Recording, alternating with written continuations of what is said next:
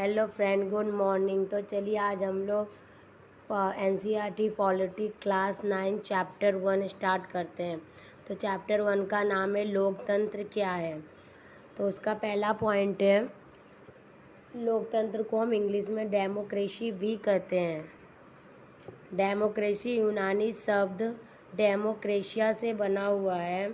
Demos मतलब लोग होता है और क्रेशिया का मतलब शासन होता है, मतलब जहाँ लोगों के द्वारा शासन चलाया जाता है। इस प्रकार डेमोक्रेसी अर्थात लोकतंत्र का अर्थ है लोगों का शासन।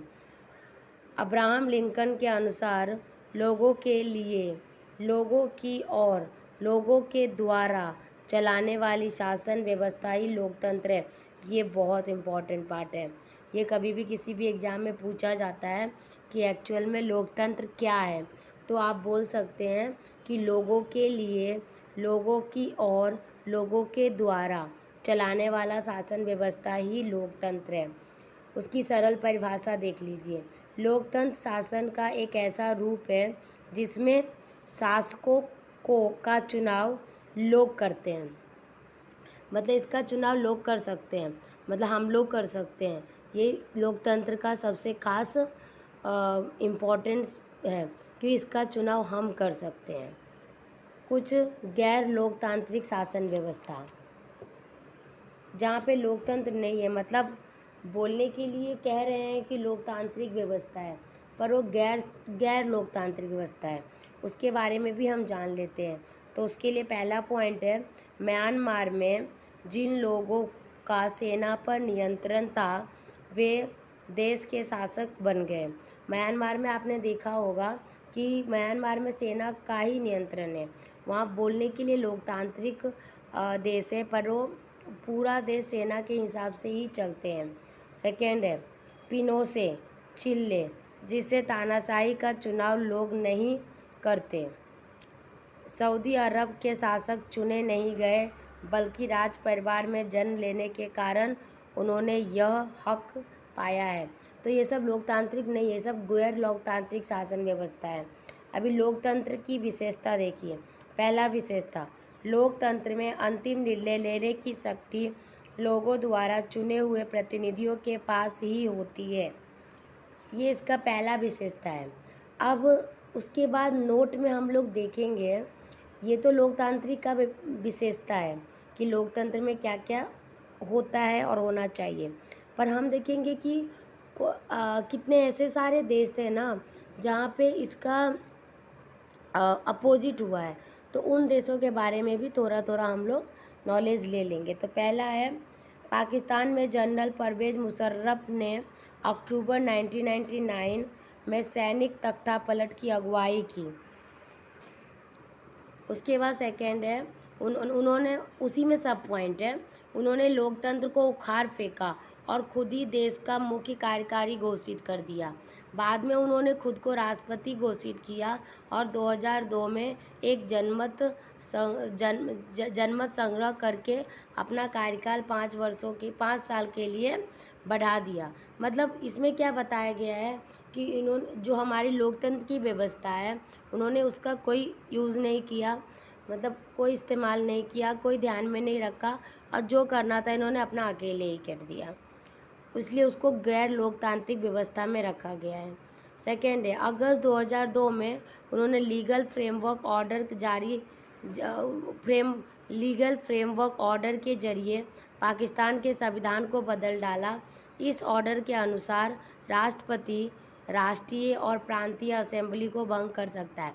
अभी देखिए हमारे भारत में कैसे है, कोई भी संविधान तो हम नहीं बदल सकते हैं। यदि संविधान में कोई भी चेंजेस करना है तो उसके लिए बहुत सारे स्टेप होते हैं, बट इन्होंने क्या किया, रातों रात खुद ही सब कुछ कर दिया।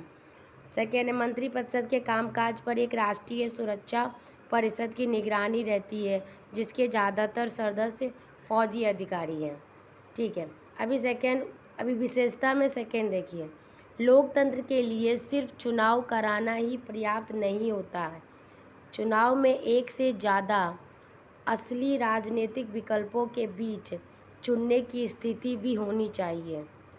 लोकतंत्र निष्पक्ष और स्वतंत्र चुनावों पर आधारित होना चाहिए, ताकि सत्ता में बैठे लोगों के लिए जीत हार का समान अवसर है। मतलब कैसा है, चुनाव कराना ही पर्याप्त है। मतलब हाँ ठीक है, आप चुनाव करवा रहे हैं, वोटिंग करवा रहे हैं, बट वैसे में कैसे रहेगा, अरे नहीं गरीबों का 2 वोट काउंट, गरीब का 1 वोट काउंट हो रहा है, अमीर का 2 वोट काउंट हो रहा है, तो ऐसे में वो निष्पक्ष चुनाव नहीं होता है।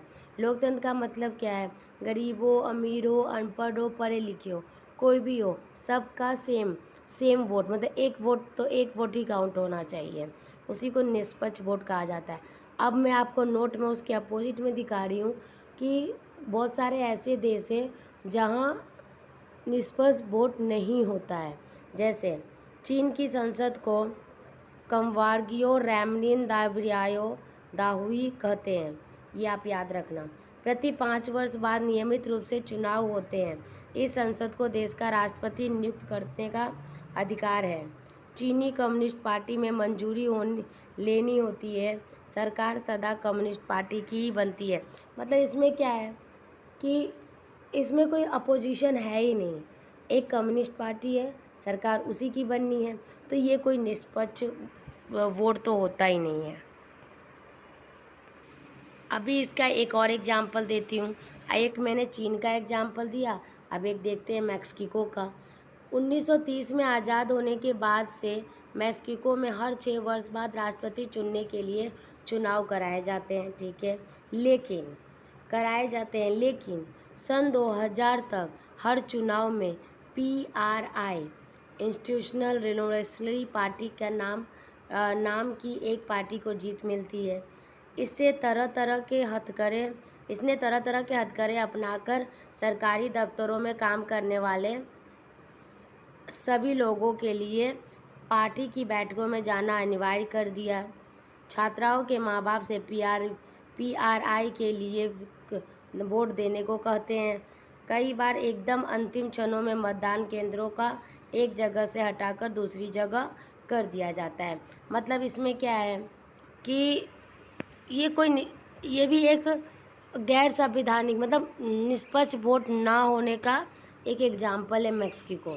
अभी विशेषता में तीसरा है, लोकतंत्र में हर वयस्क नागरिक का 1 वोट होना चाहिए और हर वोट का समान मूल्य होना चाहिए। मतलब जैसे मैंने अभी आपको पीछे बताया है कि गरीब हो, अमीर हो, पढ़ा लिखा हो, कुछ भी हो, एक ही वोट काउंट होना चाहिए। बूढ़ा हो और 18 साल के ऊपर के बच्चे हों, सबका 1 वोट काउंट होना चाहिए।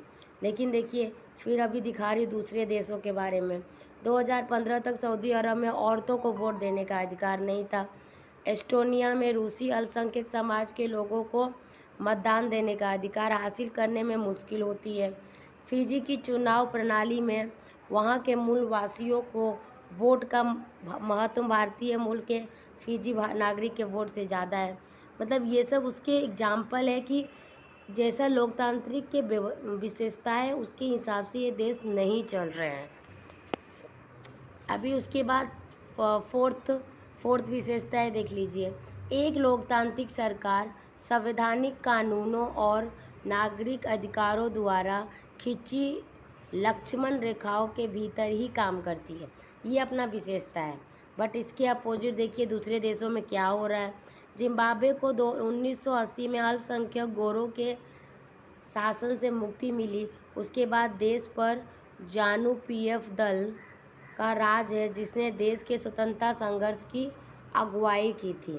इसके नेता रॉबर्ट मुगाबे आज़ादी के बाद से ही शासन कर रहे हैं। राष्ट्रपति मुगाबे कम लोकप्रिय नहीं थे, पर वे चुनाव में गलत तरीके भी अपना लेते हैं। संविधान में बदलाव करके राष्ट्रपति के अधिकारों में वृद्धि की थी और उसकी जवाबदेही को कम किया था। सरकार विरोधी प्रदर्शनों और आंदोलनों को गैर कानूनी घोषित कर दिया गया। टेलीविज़न और रेडियो पर सरकारी नियंत्रण था और उन पर सिर्फ शासक दल के विचार ही प्रसारित होते थे। 2017 में मुगाबे को राष्ट्रपति पद से हटा दिया गया। मतलब ये क्या बताया गया कि एक लोकतांत्रिक सरकार संवैधानिक कानूनों और नागरिक अधिकारों द्वारा खींची लक्ष्मण रेखाओं के भीतर ही काम कर सकती है। मतलब आपने किसी सरकार को चुना तो ये नहीं है कि सिर्फ आपके हिसाब से ही काम करेंगे, वो अपने हिसाब से भी करती है, पर 80 to 85% वो लोगों के हिसाब से ही काम करेंगे। अभी उसके बाद देखिए लोकतंत्र ही क्यों, मतलब लोकतंत्र ही क्यों। तो कभी भी आप तर्क वितर्क या किसी वाद विवाद प्रतियोगिता में जाएंगे, या कल हो के आपको यूपीएससी मेंस का क्वेश्चन लिखना है, तो उसमें आएगा कि लोकतंत्र ही क्यों, खिलाफ में भी आप बोल सकते हैं और उसके इसमें भी बोल सकते हैं, सहयोग में भी बोल सकते हैं। तो पहले देखिए लोकतंत्र ही क्यों, लोकतंत्र के खिलाफ क्या तर्क है। लोकतंत्र में नेता बदलते रहते हैं, इससे स्थिरता पैदा होती है। दूसरा है राजनीतिक लड़ाई और सत्ता का खेल, नैतिकता का कोई जगह नहीं। तीसरा है इतने सारे लोगों को बहस और चर्चा करनी पड़ती है कि हर फैसले में देरी होती है। चुने हुए नेताओं को लोगों के हितों का पता ही नहीं होता, इसके चलते खराब फैसले होते हैं। चुनावी लड़ाई महत्वपूर्ण और खर्चीली होती है, भ्रष्टाचार होता है। सामान्य लोगों को ही लोकतंत्र में नहीं पता होता है कि उन्हें किस चीज़ का फैसला नहीं करना चाहिए, तो ये उसके खिलाफ में है।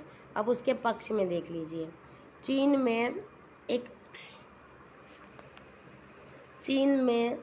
1958 से 61 के दौरान पड़ा अकाल विश्व इतिहास का अब तक का ज्ञात सबसे भयावह अकाल था। इसमें करीब 3 करोड़ लोग भूख से मरे। भारत में चीन के समान अकाल और भूखमरी की स्थिति नहीं आई, क्योंकि भारत में लोकतांत्रिक व्यवस्था होने से भारत सरकार ने खाद्य सुरक्षा पर काम किया। वैसे चीनी सरकार ने करने की ज़रूरत महसूस नहीं की। अगर चीन में भी बहुदलीय चुनावी व्यवस्था होती तो वहाँ की जनता भूख से नहीं मरते। ये उसके पक्ष में है कि लोकतांत्रिक सरकार होने से क्या फ़ायदे होते हैं। सेकेंड है लोकतांत्रिक शासन पद्धति दूसरों से बेहतर है, क्योंकि यह शासन का अधिक जवाबदेही वाला स्वरूप है। यह शासन लोकतंत्र मतभेदों और टकरावों को संभालने का तरीका उपलब्ध कराता है। फोर्थ है लोकतंत्र में कोई भी स्थायी विजेता नहीं होता और कोई स्थायी रूप से पराजित नहीं होता। लोकतंत्र नागरिकों का सम्मान बढ़ाता है। लोकतंत्र राजनीतिक समानता के सिद्धांत पर आधारित है। यहाँ सबसे गरीब और अनपढ़ को भी वही दर्जा प्राप्त है जो अमीर और पढ़े लिखे को है। लोकतांत्रिक व्यवस्था दूसरों से बेहतर है, क्योंकि इसमें हमें अपनी गलती ठीक करने का अवसर मिलता है। मतलब 5-5 साल का जो चुनावी पीरियड रहता है उसमें हम अपनी गलती इम्प्रूव कर सकते हैं। यदि हमें ऐसा लगता है कि ये सरकार हमारे लिए बेहतर नहीं है, तो हम दूसरे सरकार को चुन सकते हैं। अभी देखो लोकतंत्र का बेहतर अर्थ क्या है।